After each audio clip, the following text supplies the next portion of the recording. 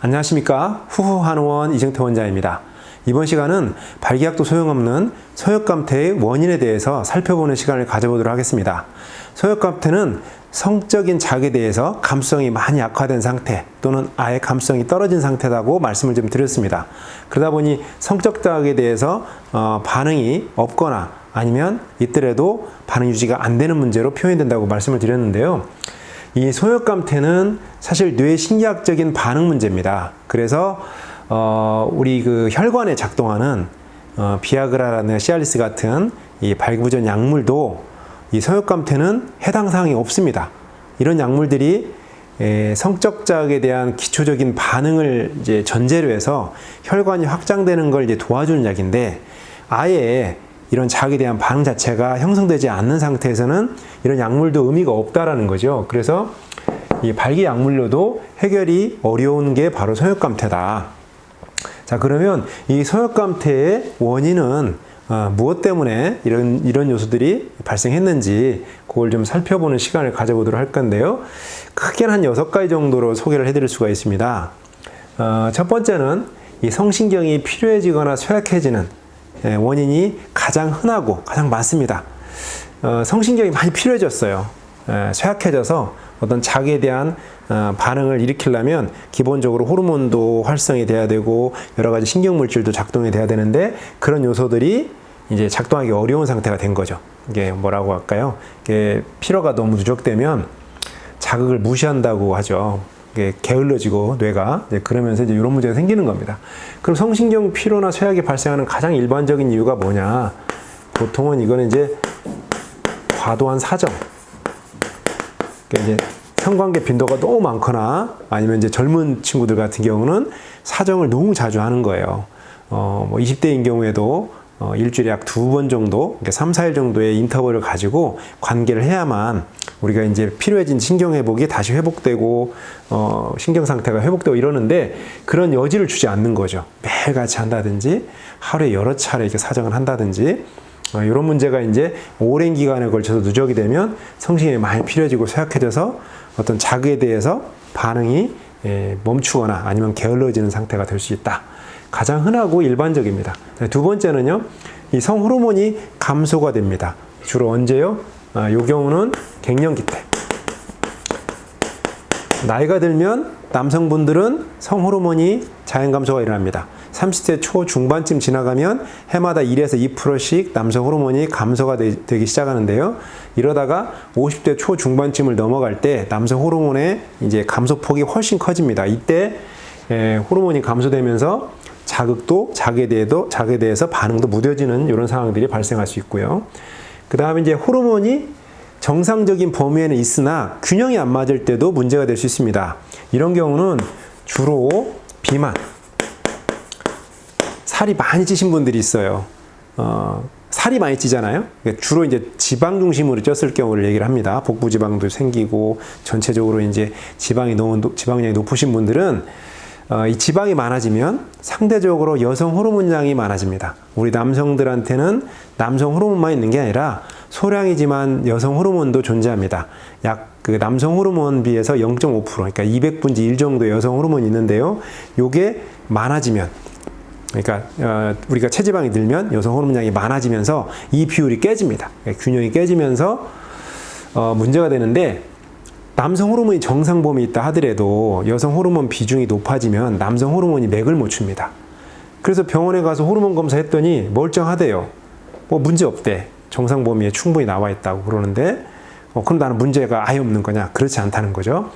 이렇게 호르몬도 균형이 맞아야 그 호르몬이 자기 역할을 할 수 있는데, 균형이 무너지면 어렵다는 겁니다.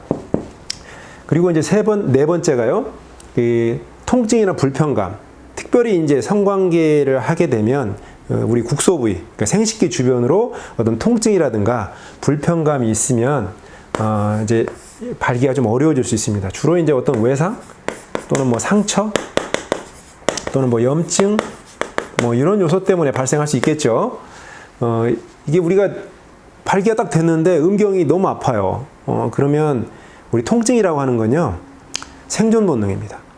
사실 우리가 사정이라든가 이런 것들은 이제 생식 본능이거든요. 생식 과정을 통해서 우리가 오르가즘을 얻고, 이 오르가즘이라는 보상을 얻으려고 우리가 이제 성에 매달리기도 하고 그러는데, 이 오르가즘보다 본질적으로 우리가 더 큰 욕구가 생존에 관련된 본능입니다. 그래서 이렇게 그 통증, 어떤 불편한 느낌들을 갖게 되면 생존 본능이 이제 우위에 있기 때문에 생식 활동을 억제해버리는 이런 상황이 생길 수 있습니다. 그리고 이제 다섯 번째가요, 이 감정이나 이제 정서 장애입니다. 우리가 흔히 이 여러 문제가 있을 수 있죠. 이 감정이나 정서 문제는 뭐 불안합니다. 어떤 상황에 대해서 여러 가지 실패나 이런 거에 대한 불안도 있고, 뭐 강박적으로 시달리기도 하고요.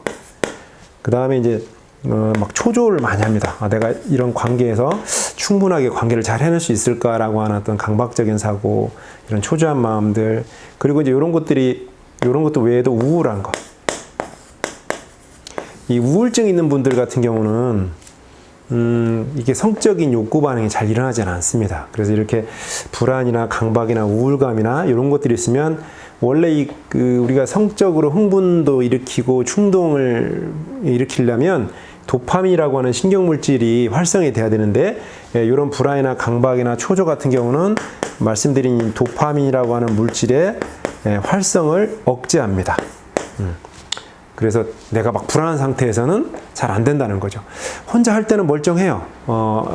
내가 이제 자위하거나 그럴 때는 전혀 단단함이라든가 유지되는 시간도 충분한데, 막상 어느 특정 여성하고 관계를 할 때는 이런 이제 어떤 상황에 대한 불안 때문에 신호가 작동이 안 되는 거죠. 그래서 아예 발기가 어려울 수도 있습니다. 그리고 이제 약물 요건. 이 약물 요인은 생각보다는 정말 많은 약물들이 이런 남성의 성기능이라든가 성욕에 제한을 두는 이런 부분들이 많이 있어요. 근데 그 중에서 대표적인 것들만 좀 소개를 드리면요. 대표적인 것들이 이제 이 약물 중에서는 항우울증 약들. 항우울증 약들, 그리고 이제 고지혈증 약들.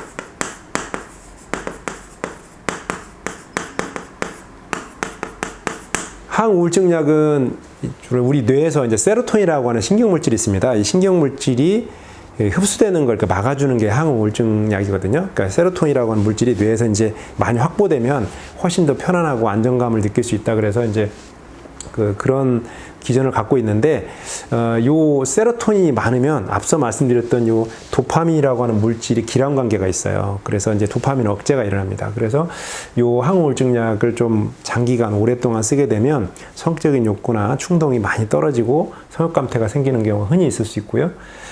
그리고 신경정신과 약 중에서 우리를 이제 진정시키거나 안정을 시키고 이렇게 좀 우리 신체에 뭐 이렇게 흥분된 상태를 자꾸 다운시키려고 하는 그런 작용력을 갖고 있는 약물들은 대체로 이제 성욕감퇴를 시킬 수 있는 여지가 좀 있다라고 이해하셔도 될 것 같고요.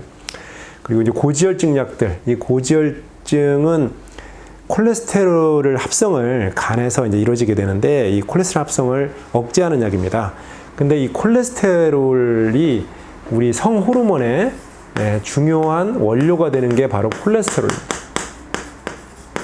그래서 이제 콜레스테롤 자체를 억제해버리면 이 성 호르몬이 돼주는 원료 자체가 문제가 되기 때문에 실제로 이제 고지혈증 약이 이게 굉장히 적극적으로 작동을 합니다. 보통 고지혈증 약은 뭐 수치를 100 가까이 떨어뜨릴 수 있는데요. 이렇게 적극적으로 콜레스테롤을 제한하다 보면 이 성 호르몬을 유발할 수 있는 어떤 물질적 기초가 약해지기 때문에 이런 경우도 발기부전 또는 그 성욕감퇴를 유발할 수 있는 중요한 약물 요인이 될 수 있습니다. 이거 외에도 뭐 굉장히 많습니다. 굉장히 많지만 대표적인 것들만 오늘 좀 소개를 좀 시켜드렸고요. 그래서 혹시라도 이제 어떤 내가 갑작스럽게 이런 성욕감퇴라든가 이런 문제가 생겼을 때 혹시 그간에 드시지 않았던 어떤 약물 요인이 있다고 그러면 그런 것들을 한번 잘 살펴보시는 것도 중요합니다. 보통 크게 보면 이렇게 다음과 같이 6개 정도의 감퇴 요인을 살펴볼 수가 있고요. 이런 부분들은 상당한 부분들은 얼마든지 회복이 가능합니다. 자, 예를 들어서 뭐 살이 찌는 문제는 우리가 식단 조절이라든가 이런 걸 통해서 비만을 좀 해소할 수 있고요. 그 다음에 이제 과도한 사정은 적정한 시간 동안에 금욕을 해서 극복할 수도 있습니다. 또 이게 너무 좀 심한 경우는 금욕만 가지고는 안 되는데 여러 가지 적절한 식이 처방이라든가 식이 조건만 잘 충족이 돼도 요 성신경 회복은 도움을 받을 수 있는데, 참고로 말씀을 드리면 이 성신경의 회복을 돕는 것들은 좋은 지방의 섭취가 굉장히 중요합니다. 앞서 여기 콜레스테롤 관련돼서 말씀을 드렸지만, 그래서 이제 좋은 지방과 단백질 중심의 섭취가 상당히 필요하다. 그 다음에 이제 갱년기의 그 자연스러운 감소는 아무래도 뭐 우리가 피할 수 있는 건 아니지만 속도를 좀 낮출 수는 있습니다.